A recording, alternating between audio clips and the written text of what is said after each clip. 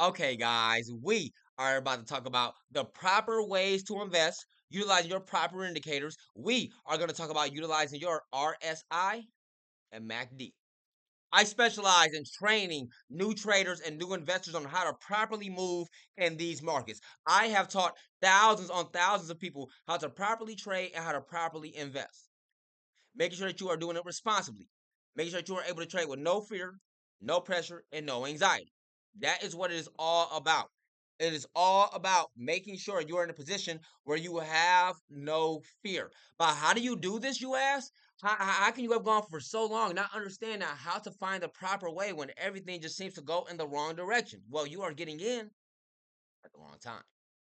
Let's dive in deeper. Talking about our RSI and MACD indicator, what they will show you is if a stock is overbought and dangerous or oversold and safe. Using Sound Hound, for example, SOUN stock sitting here at $15. This exploded for lows of 93 cents. You can notice where your RSI was at its most low and oversold position. You want to see your RSI go under that 30. The RSI stands for Relative Strength Index. What it means doesn't matter. What it does, follow along with it, and what it tracks is what matters. It tracks if a stock is oversold and safe, where you do want to buy, or if it's overbought and dangerous, where you do not want to buy. If your stock is overbought and dangerous, then most often when a new stock comes out, it's often overbought and dangerous. It's going to sell off for a while, maybe even for a couple weeks or a couple months until it gets those true fundamentals. How we see SoundHound will finally come in for its big round of the bullish divergence and uptrend on our monthly chart for months. It's all about getting in when it's oversold. But how do you hone in on your timing? You want to see the bullish divergence come into the MACD. That's going to be when your yellow MACD line crosses over the blue center line, when those red bars turn into green bars. You can hone in on that on a smaller time frame. Your smaller time frame is for quicker traders. For example, if you are the day trader, you may want to see a stock on your most active list. You will be looking at your 15-minute charts and 1-minute charts, and you will be seeing when that thing goes from overbought and dangerous, where you don't want to buy, and oversold and safe, where you do want to buy. If that thing is oversold and safe, you do want to buy. It will go back up from oversold and safe with a bullish divergence up to overbought and dangerous. When it becomes overbought, maybe you want to lock in gains from there, or maybe you want to hone out on a bigger chart trading time frame to see if it still has more room to climb throughout that day. Just know your big resistance, strike price, and or price target will be where your last big resistance was. For example, here, if we zoom out a little bit, you'll be able to see how this one here, the SOUN, likes to go to $15. Most recently going to 15 and sells off every time it hits up to that 15. That was your strike price, your price target, your range, where you need to instill your exit strategy. Stop losses come in handy for if a stock does begin to pull back. 7 to 15%, 7 to 15% up. You use your RSI and MACD on every single time frame, whether you are going for a longer term off your monthlies, whether you're going for a swing trade off of your 4 hours, whether you're going for the day trade off of your 15s or your 1 minute. And a quick tidbit, you can use your 15-minute chart, which will only go oversold one time in that day for an overnight swing if it's in right position.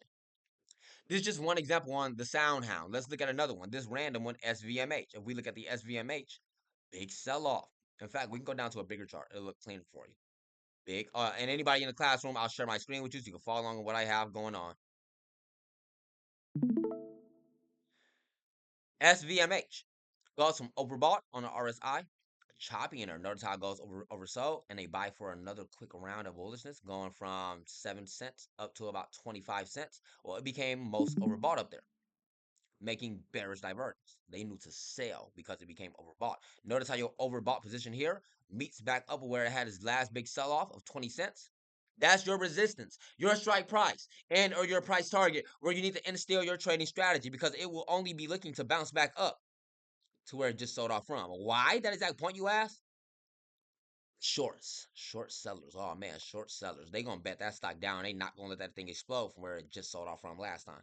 But we'll talk more about short sellers in the next video. I'm gonna make that immediately after this one. on lessons and plans all weekend. In fact, what I'm going to do from now on is on the weekends, we're only going to be talking about lessons and plans and stuff like that and strategies. Okay. So get subscribed. Look forward to all of these. I take you guys deeper and deeper on everything you need to know. How you can see the SVMH after another sell off, right? It goes back down, it gaps down. This big shorts in there, down to lows of 1 cent, where they start to buy this thing back up for another reversal, going back up to about 4 cents. More room to climb. How can you tell? Because the last big sell off point was around 6 cents. Exactly every time where it hits. Last time it hits this big sell off point. Watch out for that big sell-off point. That's your resistance, your strike price. Enter your price target. That is where your RSI will begin to peak. If I take you in on SVMH, that's not overbought yet. If you look at a 4-hour chart on SVMH, well, it has become overbought. So where exactly? That's 7 cents. Multiple times. Why that 7 cents, you ask? Shorts, my friend. Shorts do not want to see this thing explode over that 7 cents. Why? Because when it does, they're going to start losing out on more percents. They're going to have to cover those shares. They're going to have to do what's called buy to cover, which is going to add net buying pressure. And they did that here at 7 cents rather than push it all the way back down. Well, this one here would have started to go well past 7 cents, well past 10 cents, even past those. It would have retested the 25-cent range, of course. But quick spikes. But that comes down to people continuing to hold. And if they do continue to hold, then you're going to hone out on a bigger time frame, like your monthly charts. And you'll be able to see on your monthly charts for those longer term investors that use their monthly chart trading time frames, this thing is still oversold and ready. This thing is still oversold and safe. This is just the beginning, and people are just now buying up. SVMH has the upcoming reverse split. We'll talk about those things in the next lesson. Let's go to another example. Now that you've seen your top gainers, like your 52-week lows that went to their big sell-offs on the weeklies and the monthlies and whatnot first, and now that you see your most actives for you day traders who are looking for a quick dip off of your minutes and 15-minute charts and whatnot, the one that is most important is seeing them down at those 52-week lows and oversold. Those stocks making those 52-week lows and oversold, these are the next to explode. These are oversold and safe. Take the rhyme, for example, RIME. You want to look this up on your Apple platform. They go from big sell-offs from the highs of super highs. No point in scrolling all the way down there to see that they went to the lows of 8 cents. This 8 cents where they become and they touch down towards that what? That oversold and safe. Where they are looking for that next round of what? The bullish divergence. If you hone in on that from 4 hour to 2 hour, they are already making the next round up the bullish divergence, making people more confident and buying up this thing. Why you go from 8 cents up to the highs of almost 10 cents already. Easy bull runs. Once again, let me reiterate. You have no business buying a stock when it's overbought and dangerous on your RSI. If that stock is overbought and dangerous, they will sell that thing off. Once it sells off, notice here how it goes from 37 cents, touches down oversold around 22 cents, and then comes in for the spike around 35, 36 cents. That 35, 36 cents is exactly where it sold off before from 37 cents. That range where it becomes overbought again is your strike price, your price target, your exit strategy needs to be instilled for that range. Now, off of this oversold position, our strike price, our price target, and or our range for this stock to instill our exit strategy be around 17 cents, where they had that big sell off before. We be nervous. Maybe we be nervous, so we don't want to go for that full run. So maybe we only want to go for half. Maybe we only want to go for about 10 cents. And if you go down to a smaller time frame, it's already starting to make those right under that 10-cent range. And again, I say 10 cents because as soon as they hit that 10 cents, notice how they sold it off. Because maybe we be nervous and don't want to go for the full thing. But if you go down to a 15-minute chart, that 10 cents was pretty much the peak of where it made it to pretty much in the last trading days before it sold back off. Understanding your range. Now, to truly understand how to get it on your time frame, understand if you are the long-term investor off your monthlies and weeklies. Understand if you are the swing trader like me off our 4 hours and our dailies. Understand if you are the day trader using your 15s or your ones. And notice how I skip 2 hours, 1 hour, 30 minutes. Notice how I skip 10 minutes, 5 minutes, 3 minutes, and 2 minutes. No need to look at those. You got a monthly, and you hone in from your monthly to your weekly. You want to look for oversold and bullish divergence. You hone in from your weekly to your daily.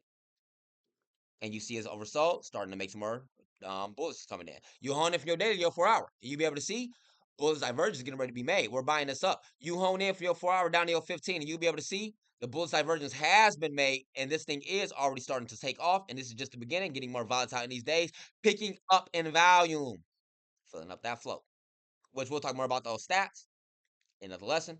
Not to overwhelm you with too much, but just remember the most important thing of everything overall for the rest of forever.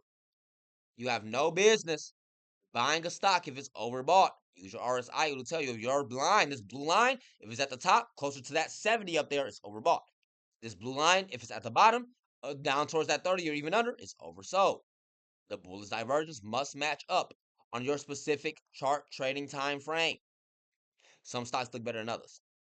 Hone in, take your time. If you are just not beginning your studies, make sure that you meet me in our Banking with Billy classroom. I'm in our Banking with Billy classroom. How this thing says 24/7 live. I'm in here 24/7 giving lessons, doing live trades. If you are newer to trading, you can just literally sit in here with me and you can follow along with every live trade I'm going for. Ask any question you have. Catch these live in-person lessons. If you are in the Banking with Billy classroom getting a live lesson, you are literally getting a master class. I'm here with you guys. Join on the Discord. I'll see y'all in there and happy trade.